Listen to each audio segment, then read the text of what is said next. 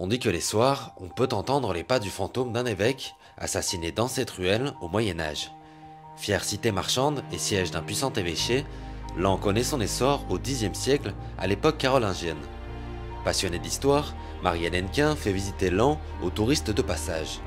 Il nous emmène à l'entrée de la ville, devant la porte d'Ardon, dont la structure actuelle date du XVe siècle. Porte royale surtout, autrefois empruntée par Charlemagne. Donc la porte d'Ardon, auparavant, elle s'appelait la porte Royer, c'est-à-dire la porte royale, parce qu'elle était juste à l'entrée du palais royal. Donc la présence de ce palais royal est marquée par le monogramme de Charlemagne qu'on retrouve aujourd'hui sur la porte d'Ardon. Donc ce monogramme, c'était quelque chose qui a été réalisé par le secrétaire de Charlemagne quand il devait signer des documents officiels. Et Charlemagne mettait juste un trait de plume au centre de ce monogramme pour montrer qu'il avait lu le document, étant donné qu'il savait lire mais pas écrire.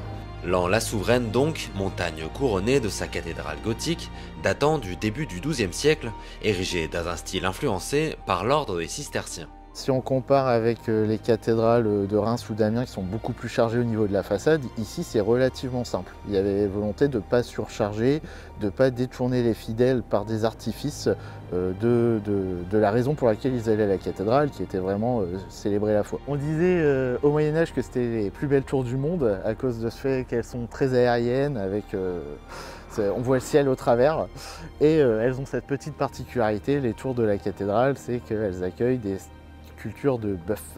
Durant la construction de la cathédrale, donc les bœufs transportaient les pierres depuis la ville basse, donc on ne pouvait pas utiliser les chevaux parce que vous aviez pas encore le collier d'épaule qui permet aux chevaux de s'appuyer sur leurs épaules. On utilisait encore des licoles qui les étranglaient et on utilisait des bœufs à la place parce que les bœufs ont un joug à l'avant de la tête, ils ne peuvent pas s'étrangler et ils pouvaient monter la côte. Et un jour, durant la construction, un bœuf tomberait de mort et est remplacé par un bœuf blanc miraculeux qui apparaît sorti de nulle part. On a considéré que l'apparition du bœuf blanc était le signe de l'approbation de Dieu quant à la construction de la cathédrale.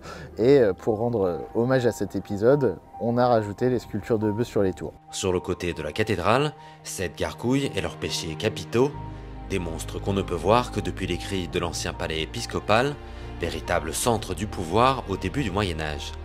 Laon connaît à cette époque une prospérité qui fait émerger une classe bourgeoise marchande, mais leur pouvoir économique pèse peu sur les décisions.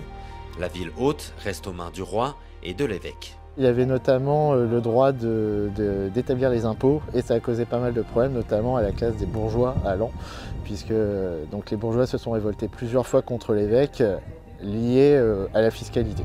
Et c'est dans ce contexte tendu qu'au début du XIIe siècle, un étrange personnage est nommé évêque de Laon. L'évêque Gaudry, ancien guerrier assoiffé de pouvoir, son avidité va provoquer une révolte sanglante dont la rue des Templiers garde encore les récits. Autrefois, elle était appelée la Ruelle Rouge. Cet évêque a été tué par la population qui aurait accroché ses restes dans cette rue. La rue serait rouge du sang de l'évêque. Les bourgeois se sont rendus devant le palais de l'évêque et ont cherché à s'emparer de lui pour le jeter hors de la ville. L'évêque s'était caché dans ses caves et s'était enfermé dans un tonneau.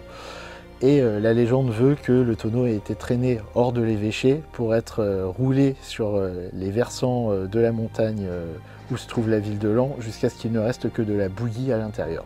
Après cet épisode, les bourgeois lanois prononcent l'avènement d'une commune.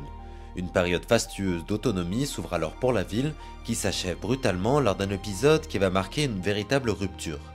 Cette citadelle du XVIe siècle a été construite au lendemain de la révolte contre Henri IV. Alors en fait, la ville s'est révoltée contre le roi Henri IV car la ville faisait partie de la Ligue catholique qui ne reconnaissait pas le roi Henri IV comme roi, puisqu'il s'était converti au catholicisme pour être couronné. Et la ville va refuser d'ouvrir ses portes au roi et le roi va revenir avec son armée, il va faire siège devant la ville. Et la ville va finalement ouvrir ses portes à cause de la famine qui va s'installer suite au siège. Et là, le roi va faire installer cette citadelle pour pouvoir surveiller les Lanois, vu qu'ils se sont révoltés contre lui. Ça a été aussi un moment où en fait, il a décapité économiquement la ville, puisque cette citadelle va être installée sur un quartier où se trouvait la bourgeoisie. Donc on va détruire les maisons des bourgeois pour installer les soldats du roi. Les rues de Laon regorgent encore de contes et de légendes, comme cette maison du XIIe siècle dans laquelle habitait l'architecte de la cathédrale. Il faut arpenter ses pavés pour se perdre dans son histoire et son patrimoine.